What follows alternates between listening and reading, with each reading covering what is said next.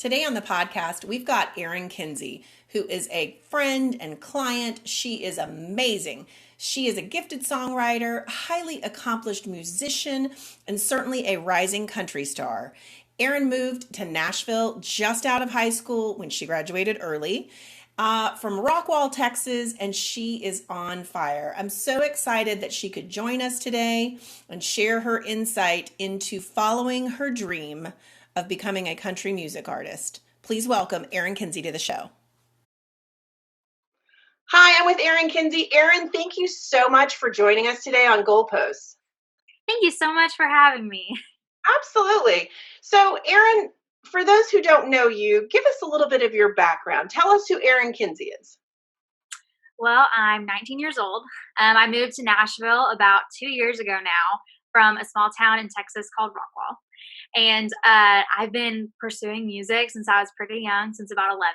I've been going up there for lessons and writes and just trying to, pursue my dream. And I have just been trying to carry it out ever since then. I've had a lot of fun and I've gotten to meet a lot of cool people and work with people like you. And it's been amazing, to say the least. So when did you move to Nashville? What was that journey like? I moved to Nashville the day after my high school graduation. I figured out a way to cheat the system and graduate a year early by taking a couple online courses, and I moved the next day. It was something I've dreamed of and been looking forward to since I was probably 11. So I was very anxious to get up there. So you did a deep dive immediately into the Nashville music industry. Wow. Yes. So I know that you play several instruments. Tell us about what you play. So I play 7 instruments. I play electric guitar, acoustic guitar, banjo, drums. I was actually on my high school drum line. So I got to learn some rhythms and stuff like that. Piano, mandolin, and I also play the bass. Wow, that's amazing. And so growing up, who were some of your musical influences? Who did you listen to that really helped you craft your sound? Well, being from Texas, I loved Miranda Lambert. I also have a shared love of dogs with her. So there was a lot of motivation there. And I looked up to her and her realness and her songwriting a lot. I also loved Carrie Underwood and Taylor Swift.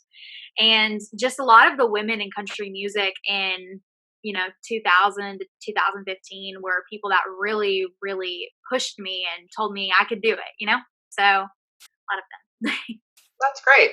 And so who are you listening to now? What are some influences and whether it's country, pop, what are some things you're listening to now?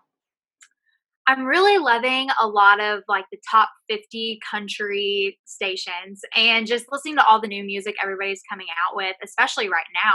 It's so diverse and the genre has become so, you have things that are on the edge of pop, you have things on the edge of rock. It's really cool to listen to everything. But I've also been listening to a lot of Lynn and Stella because she just put out her new album and she's a young girl like me and she was on the show Nashville. So, in a lot of ways, I feel like I have some things in common with her, and she wrote a lot on the album too. And a lot of the songs are things that I feel like I'm going through. And it's cool to be listening to somebody. I feel like I'm finally at the age where a lot of people my age are putting out music, and it's things that I feel like I can really, really relate to. So that's great. So you just talked about songwriting. When you walk into a room for a songwriting appointment, which you've gotten used to as you move to Nashville. For those that don't know how that feels, kind of walk us through what that process is. You have a songwriting appointment. What do you do in that appointment? And how do you get inspired to write a song, especially with somebody maybe you are just meeting for the first time? What does that look like and feel like to those that have never experienced that? Well, every session is a little bit different. But songwriting is very much of a passion of mine. So I always walk in with ideas. I have a note on my phone with probably 300 titles of just random things I've thought out through all the years of just random days walking through the grocery store or driving. So usually when I walk into a session, I try to do a little bit of background, research on whoever I'm writing with if I've never written with them before, on kind of the songs that they enjoy writing the most, or the ones they've had the most success with, or where they're, niches. So I try to look through and think of what ideas might be best. And I usually walk in with melodies and ideas. But the cool and crazy part of songwriting is you may walk in with something and end up with something completely different. Because if the other one or two or three people in the room aren't feeling it, you just throw it out the window and come up with something else. So it's really fun to just see what's in the room, and you could really end up walking out with any song. I've walked out with rock songs, Christian songs, all crazy things that I'll probably never sing, but cool songs that I'm proud of. So that's amazing.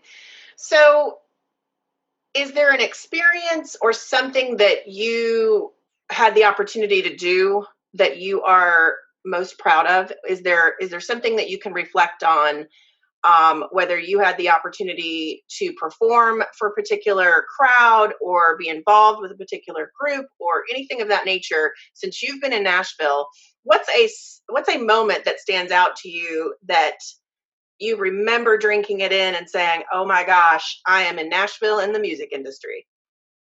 So right before I moved, probably a month before, I got to perform at Ascend Amphitheater and open up for Hunter Hayes. And it was unreal on a lot of levels, because just a couple months before that, I saw my idol at the time, Sam Hunt, perform on the same stage, and Maren Morris. And it was crazy to think that I was on the same stage as people that I respected so much have their shows on. But honestly, the most amazing part of it was all benefiting St. Jude. So it was cool for like my first experience like that to also be something with such purpose. And it was not just for me and to get up on the stage and check a box off of my list of things I wanted to do, but it was also something that made me realize, one, I can do this. I could make this a dream and this could be my reality. But two, I could use this for so much good. And it was cool to realize that you can have a purpose with something you want so bad. Oh, that's amazing. I love that. So what advice would you give to a young musician, songwriter that is just moving to Nashville, which is interesting because a lot of the folks that we interview and talk to are what I like to call seasoned veterans. And you've gotten kind of a crash course in the Nashville music industry from even before you arrived. But the minute you got here, it was like diving into the deep end of the pool. So with the knowledge that you've gained over the last several years, what advice would you give to another young person that is looking to pursue a career in the music industry? What have you learned through your short journey thus far? I would say one of the main things I've learned is to do everything you can. Meet as many people you can, go to as many shows as you can, write with anyone you can, learn however many instruments you can, learn every song you hear. It's just try to do everything you can and don't turn down any opportunities, because you never know what it's going to lead to. And it's hard sometimes to be young and to walk in rooms that you've been invited to that you don't know if you belong in. But you're invited, so just go in and see what happens. Worst case, you just leave. So it's been like I guess that's been one of the main things I've learned, is just take every opportunity you get. That's great. So I'm going to ask you some fun questions, just some rapid fire, things. So if you had a superpower, what would your superpower be? I think if I could have any superpower, I would probably want to be able to teleport, because I do not like long car rides. And then I could bring my dog with me, and he can't go on a plane because he's a German Shepherd and massive. So I feel like that's what I would want as my superpower. Okay, gotcha. So what are you currently binge watching? Is there anything right now that you're watching that you just are diving headfirst into? I binge watch The Office all the time. I watch it all the way through and then watch it again all the way through. And I don't know how I do this and still stay entertained, but I guess that just shows how good of a TV show it is, because I stay entertained. So I'm currently watching The Office for like the 8th time. But I'm also watching Parks and Rec with it too. So I guess that's my I like watching TV and not having to think too hard. Right. So I don't know, what that really says about me, like it really reflects about my personality, but it's the truth. So Okay. What would you say that you love most about pursuing a career in the music industry? What is it about music that just gives you passion?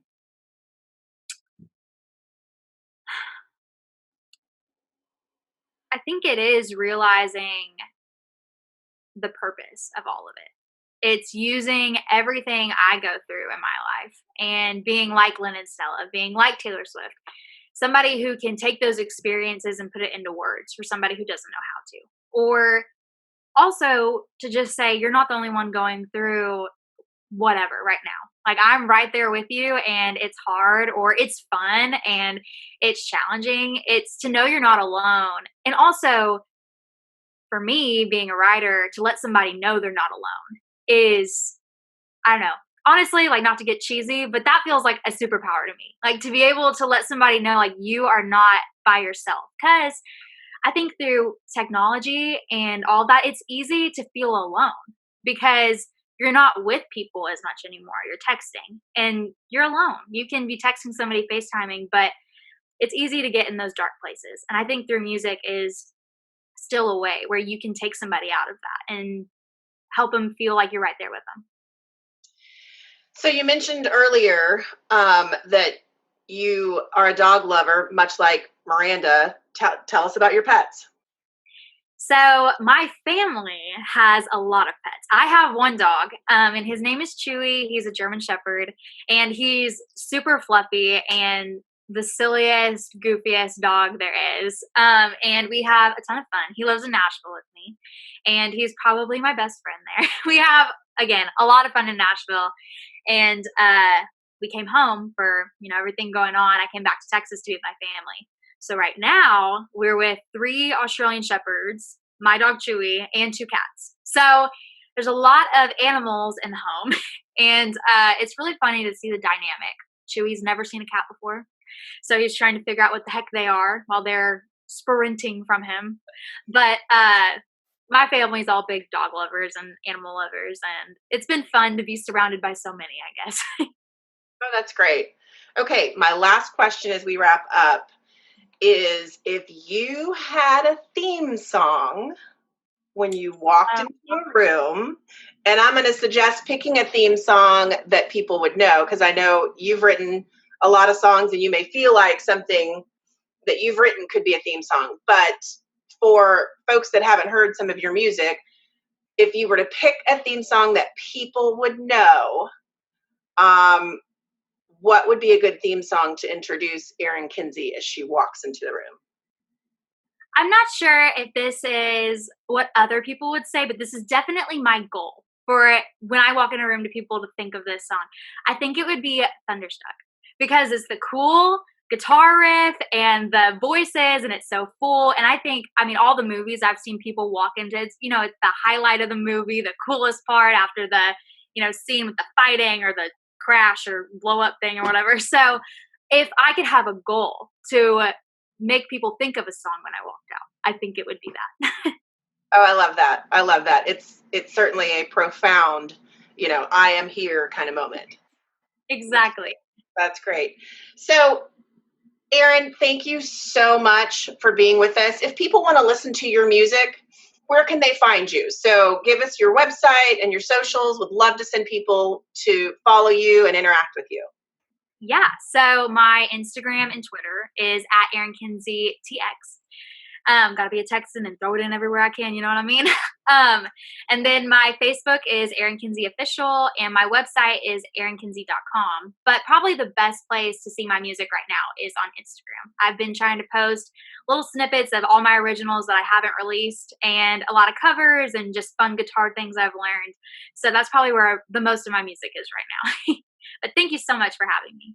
That's great. Erin Kinsey, thank you so much for being on Goalpost. We'll catch up with you soon. Absolutely. Thank you.